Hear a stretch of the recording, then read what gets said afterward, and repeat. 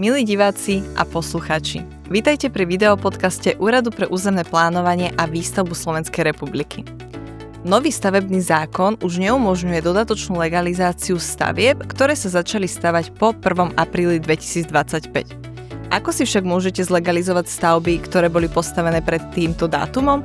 Tak o tom nám prišiel porozprávať Roman Skorka, generálny riaditeľ sekcie výstavby a vyvlastňovania nášho úradu. Dobrý deň, prajem. Dobrý deň, prajem.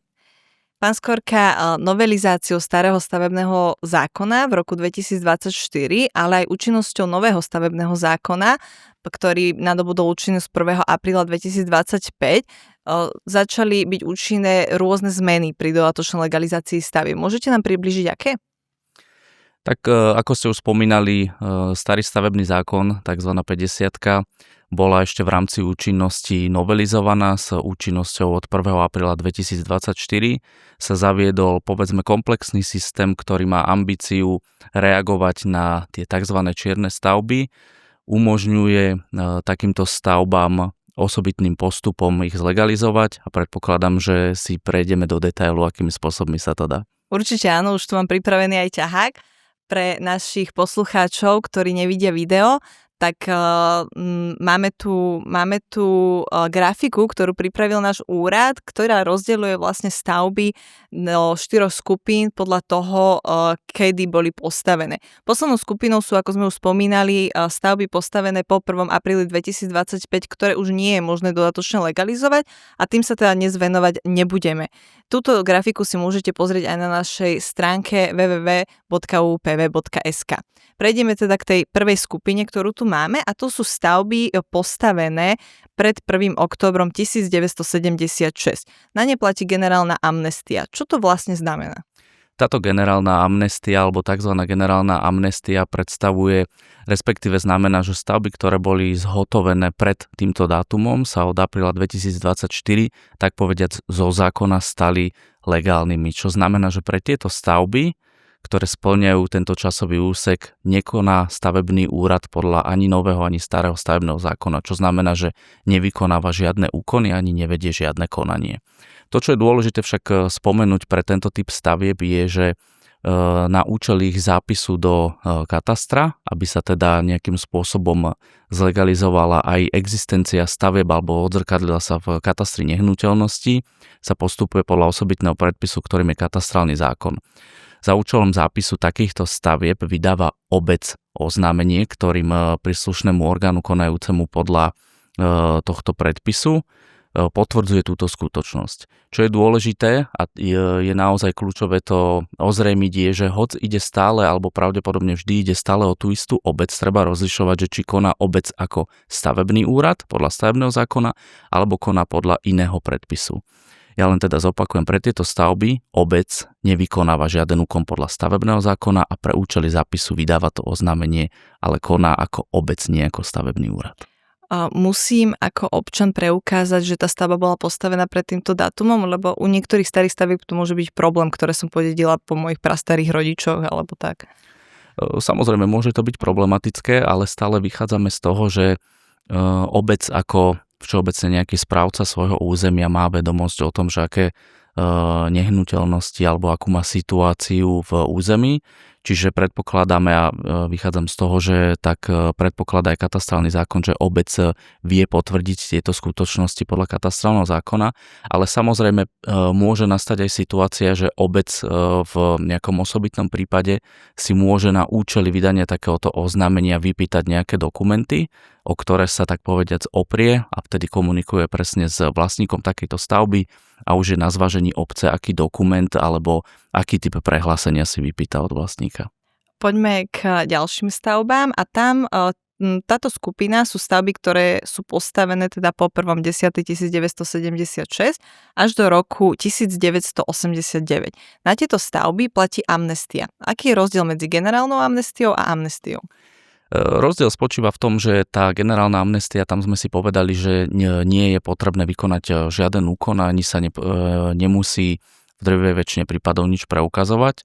Pre túto druhú kategóriu, ktorú pracovne nazývame amnestia, musia byť splnené dve podmienky, ktoré vyplývajú zo zákona a sú to teda podmienky, že vlastník takejto stavby musí byť aj vlastníkom pozemku, na ktorom je umiestnená, alebo musí mať iný vzťah k tomuto pozemku a zároveň musí byť táto stavba nepretržite užívaná na daný účel, na ktorý má byť takýmto spôsobom zlegalizovaná. A práve aj v tomto prípade pre potrebu vydania napríklad toho oznámenia alebo pre potreby zapísania tejto stavby môže opäť dôjsť k tomu, že táto skutočnosť môže byť potvrdená či už nejakým dokumentom alebo napríklad aj čestným prehlásením, kde vlastník takejto stavby prehlási, že spĺňa tieto podmienky, najmä čo sa týka tej podmienky nepretržitého užívania. Pán Skorka, presuňme sa k poslednej skupine, ku stavbám, ktoré sa ešte dajú dodatočne legalizovať, a to sú teda stavby, ktoré boli postavené od začiatku roku 1990 až do 31. marca 2025, kedy nadobudol účinnosť nový stavebný zákon. Akým spôsobom sa vie dodatočne legalizovať tieto stavby? Pre stavby, ktoré spadajú do tohto časového úseku, je možné ich, tak povediať, dodatočne zlegalizovať postupom podľa paragrafu 140d stále starého stavebného zákona, ktorý upravuje postup preskúmania spôsobilosti takejto stavby na užívanie. Ide o samostatné návrhové konanie, čo znamená, že vlastník takejto stavby môže predložiť návrh, v rámci ktorého okrem toho, že predloží všetky dokumenty potrebné na preukázanie, že stavba je spôsobila na užívanie, musí samozrejme aj požiadať o jej legalizáciu. V rámci týchto stavieb rozlišujeme na stavby, ktoré sa nachádzajú v priestorovo separovanej lokalite, ktorá generačne reprodukuje chudobu. V takomto prípade zákon stanovuje 3 podmienky, ktoré musia byť splnené.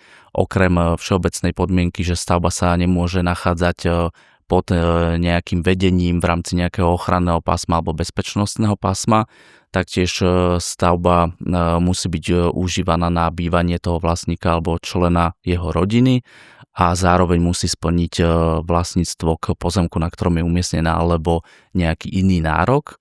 Tu je dôležité, že táto kategória stavieb má trochu obmedzené časové obdobie, v rámci ktorého mohli byť tieto stavby zhotovené a užívané. Tam ostala lehota do 31. marca 2024 a všetky ostatné stavby, ktoré sa nachádzajú v iných lokalitách, môžu byť tiež predmetom tohto konania, avšak sú tam trošku zložitejšie podmienky, ktoré musí vlastník preukázať. Okrem teda rovnako vlastníctva alebo nejakého iného vzťahu k dotknutému pozemku musí preukázať, že stavba je svojim stavebno-technickým vyhotovením spôsobila na užívanie, že neohrozuje život. Taktiež musí preukázať súlad so záväznou časťou územno-plánovacej dokumentácie, avšak len z hľadiska nejakých funkčných regulatívov, a taktiež musí preukázať, že stavba sa nenachádza v rámci nejakých ochranných pásiem alebo bezpečnostných pásiev. Za týmto účelom vlastník stavby predkladá dokumentáciu a keďže ide o návrhové konanie, tak povediac vlastník musí obhájiť ten svoj návrh a predložiť všetky dôkazy, ktoré by mohli viesť k takejto dodatočnej legalizácii stavby. Tie stavby, ktoré si možno ľudia chcú dodatočne legalizovať, sú rôzne. Môže to byť rodinný dom alebo väčšie objekty, prípadne aj nejaké drobné stavby ako plot alebo garáž. A je tam rozdiel medzi tým, že či bolo potrebné vydať stavebné povolenie od stavebného úradu alebo postačovalo ohlásenie pri tej dodatočnej legalizácii? Zákon nerozlišuje, v zásade musí byť splnené, že ide o stavbu, ktorá je zhotovená a užívaná v tej časovej lehote, ktorú sme spomínali v predchádzajúcej otázke. A v takom prípade ide teda o stavbu, ktorá je zhotovená a užívaná bez patričného povolenia alebo v rozpore s ním.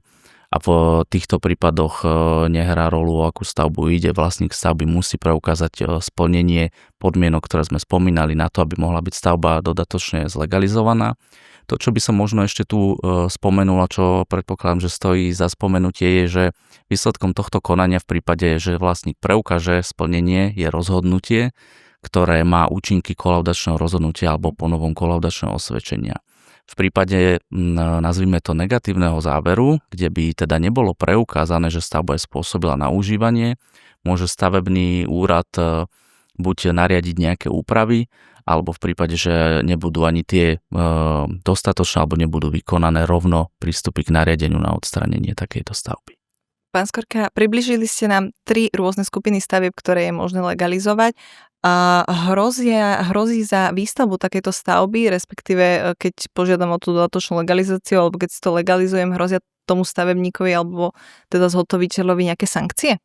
Okrem nejakej všeobecnej poplatkovej povinnosti vyplývajúcej zo zákona o správnych poplatkoch, čo znamená, že teda toto konanie je predmetom poplatkovej povinnosti, tak samozrejme môže byť takáto čierna stavba predmetom aj nejakého priestupkového konania. Závisí naozaj od toho, že či dokáže byť naplnená nejaká skutková podstata alebo definícia, či už je to nejakého priestupku alebo iného deliktu. Toto je predmetom konania ponovom už teda iba stavebných inšpektorov, ktorí v rámci osobitného postupu vyhodnotia, či došlo k nejakému naplneniu, či jej ide napríklad o nejaký trvací priestupok a prípadne ešte, že akým spôsobom sa hýbeme v akej sadzbe. A to aj pri stavbách, na ktoré platí generálna amnestia? Nie, tam vychádzame z toho, že tie stavby sú zo zákona zlegalizované, takže tam takáto možnosť nemôže nastať. Podľa prechodných ustanovení stavebného zákona je možné podať žiadosť o dodatočnú legalizáciu do 31. marca 2029, teda aby som upozornila našich divákov a poslucháčov len pre stavby, ktoré sa začali stavať do 31. marca 2025 a teda do účinnosti nového stavebného zákona. V prípade, že nestihnem podať tú žiadosť do toho dátumu podľa prechodných ustanovení, aké mám ešte možnosti alebo čo mi hrozí? Musíme si povedať, že sa bavíme o roku 2029. Samozrejme môže byť táto lehota teoreticky upravená, ale teda vychádzame z toho, že v rámci dnešného účinného znenia zákona je to konečná lehota. V prípade, ak v posledný deň tejto lehoty nebude podaný, čo je len návrh na takú dodatočnú legalizáciu, po uplynutí tejto lehoty už nebude možné takúto stavbu zlegalizovať a v rámci nového stavebného zákona už nie je upravený osobitný postup pre takéto alebo aj nové stavby. V takom prípade naozaj bude hroziť nariadenie odstranenia takejto stavby. Takže ak takéto stavby majú, tak by sa mali poponáhľať, aby stihli si ich dodatočne legalizovať. Určite odporúčame aj my všetkým vlastníkom takýchto stavieb pristúpiť k tomuto. V prípade, ak teda podám žiadosť na ten stavebný úrad o tú dodatočnú legalizáciu v posledný deň, teda 31. marca 2029, tak predpokladám, že ešte mi nestihne prísť rozhodnutie. Ak by prišlo teda po tomto dátume, tak môžem sa ešte voči nemu odvolať, alebo mám nejaké ďalšie možnosti, aby som si tú stavbu zlegalizoval? Tá lehota bude určite zachovaná v prípade, ak posledný deň vlastník predloží takýto návrh. Čiže je splnená tá povinnosť alebo tá možnosť, ktorá vyplýva zo stavebného zákona. Stavebný úrad toto konanie riadne dokončí. Ide o konanie, na ktoré sa vzťahuje všeobecný predpis o správnom konaní, čo znamená, že toto konanie sa končí rozhodnutím, voči ktorému sú prípustné opravné prostriedky, čiže v prípade nejakého nesúhlasu alebo námietok sa účastník konania môže v stanovenej lehote odvolať. Pán Skorka, ďakujem veľmi pekne za rozhovor. Ďakujem veľmi pekne aj ja. Ak vás témy nášho úradu pre územné plánovanie a výstavbu Slovenskej republiky zaujímajú, nezabudnite nás sledovať na našich sociálnych sieťach, YouTube a Spotify.